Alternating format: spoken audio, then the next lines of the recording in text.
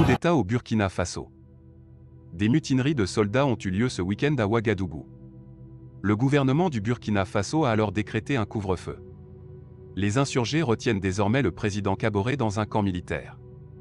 Le président du Burkina Faso, Roch Kaboré, est retenu dans un camp militaire par des soldats mutinés, selon plusieurs médias concordants. Auparavant, des coups de feu avaient été tirés à proximité de la résidence privée du président.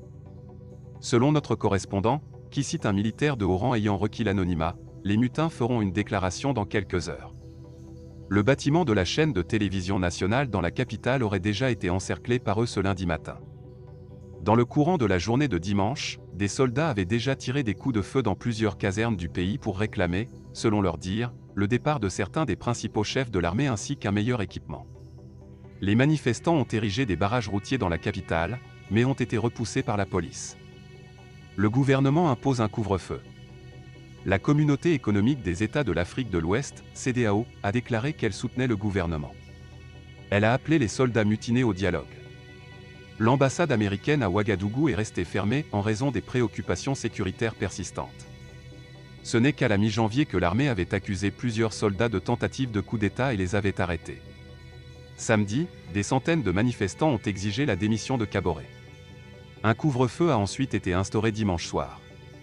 Entre 20h et 5h30, personne n'est autorisé à sortir dans les rues du pays, a annoncé Kaboré par décret.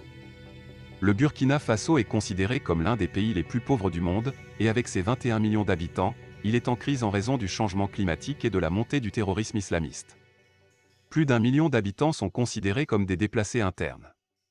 De nombreuses milices, dont certaines ont prêté allégeance à l'État islamique, EI, ou à Al-Qaïda, opèrent au-delà des frontières du Mali et de la République centrafricaine. En décembre, le président Kaboré a limogé son premier ministre, Christophe Dabiré, après que celui-ci a officiellement présenté sa démission, ce qui a entraîné le renvoi de son cabinet. La décision a été lue sans commentaire au journal télévisé du soir. Burkina Faso, qui est Paul-Henri Sandaogo Damiba. Paul-Henri Sandaogo Damiba est en effet un officier supérieur d'infanterie dans l'armée burkinabé. Il est diplômé de l'école militaire de Paris. Cet officier est titulaire d'un Master 2 en sciences criminelles du Conservatoire national des arts et métiers, CNAM, de Paris ainsi que d'une certification d'expert de la défense en management, commandement et stratégie.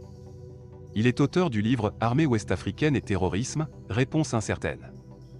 L'ambassade de France au Burkina Faso a diffusé une note à tous les ressortissants français présents dans le pays pour leur demander de rester cloîtrés chez eux.